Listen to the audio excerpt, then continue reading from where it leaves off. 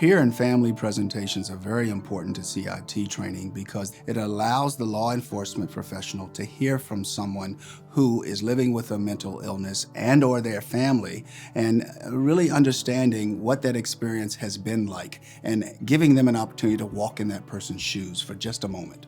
You know, when you think about building relationships with law enforcement, let's step back a second and think about when a person decides to go into law enforcement. Really what they're thinking about is protect and serve. I want to serve my community, I want to protect my community. And they don't necessarily know what that all includes in terms of mental health and actually investing time in learning about how to interact with a person that has mental illness. That's not a part of what they necessarily see in terms of their initial thought about I want to serve my community. So if you think about that person that's in law enforcement, what we have in common is many of them are sons, daughters, or mothers and fathers, and they've chosen that as their profession.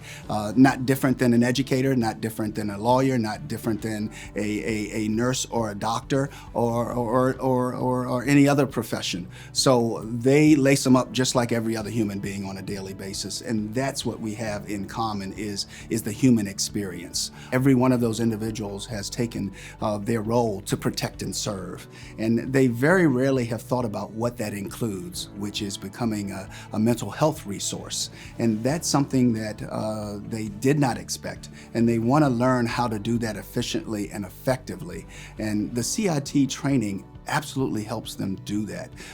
The crisis intervention training and de-escalating a situation when they run into someone that is in crisis, if you will, is something that our law enforcement professionals want to be very good at. It's not something they expected to do in their role, but it's something that once they understand it is a part of their role, they want to do it well.